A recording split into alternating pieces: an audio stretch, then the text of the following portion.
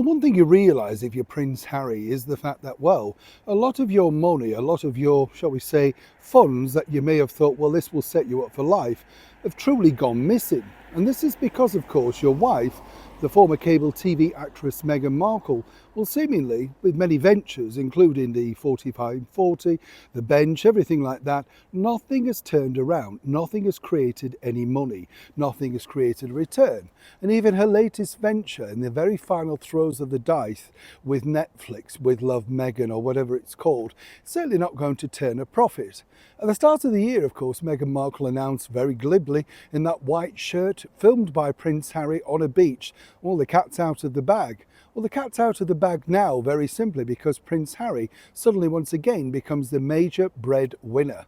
And the problem is, it's going to get worse. As ever, let me explain. Morning, chums. Nice to see you as ever. Welcome one and all, and welcome back. And welcome if you're a brand new subscriber. Lovely to have your company as ever. It's an interesting thing, this, isn't it? Because when you think about it, this happens in power couples. We saw this, I believe, with Jennifer Lopez and Ben Affleck.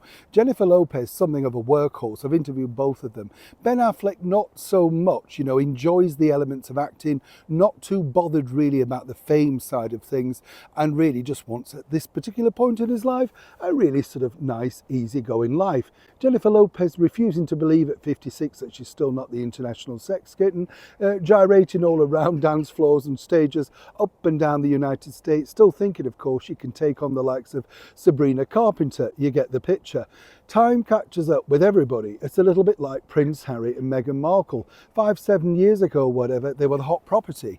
They went over to America. They thought things were going to be big. They were going to make lots of bucks. Meghan's often cited the fact that the problem that she felt was gone wrong was the pandemic. It curtailed all of their big plans. I would say that really it was just their mismanagement, their bad management. Everything from, say, the first initial publicity people that banned interviews, that they were going to get grassroots people to interview them, the sort of thing. Everything went wrong. You could not have had a better start, and you could not, time and time again, blow it by picking and associating with the very worst of people. You get the picture. But now, basically, it's down to Prince Harry to bring home the bacon. And this is not really a role that Harry's used to, because consequently, never really had a job in his life, been in the army, very much looked after inside the monarchy. And as we saw when he recently came back over here to the United Kingdom, when he went up to Nottingham and he was late for that very big charity event, there were no blue lights flashing to parade the way for him now as a non-entity, a normal person, a little bit like Prince Andrew. And this is something that Meghan Markle is really struggling to curtail with. Now, they're not poor by any stretch of the imagination, but as Harry keeps pushing hard for his security to be paid for as and when he decides to come back here to the United Kingdom, there lies your problem. You've got massive bills every single month. They believe that they are one of the most persecuted people on the planet. When you think about it, you see other British Prime Ministers wandering up and down with one protection officer. I think they've probably done far worse than perhaps two ex-minor royals, as it were. Well, one ex-minor royal and a soap actress. You get the picture. Hence the reason Harry now is popping up on December the 1st over in Toronto in Canada. Now you say, oh, he must love Canada. Absolutely, I've said before, a beautiful place in that part of the world. But again, contradictory in terms, because Harry and Meghan are telling us time and time again that, you and I are wiping the planet away for the next generation. But Harry just came back from Canada, right? And suddenly going back again less than a month down the line. Meghan Markle flying halfway around the world to Paris, private jet, post pictures online showing off to the rest of the world that in fact, well, she can do that, but you and I, well, no, we need to sail in a dinghy taking 47 years or something just to go on holiday. You know what I'm saying? And as part of the fact that he's now part of Travelist, which have really quashed their associations with him, you can see just how badly things are.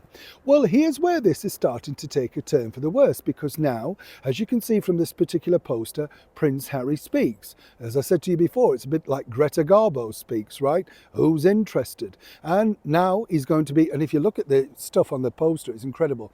An international best-selling author, right? And 2 tours of Afghanistan. Yeah, I mean, is this the best you can now come up with, really? Obviously, you're not trading on Royal Association, or are you?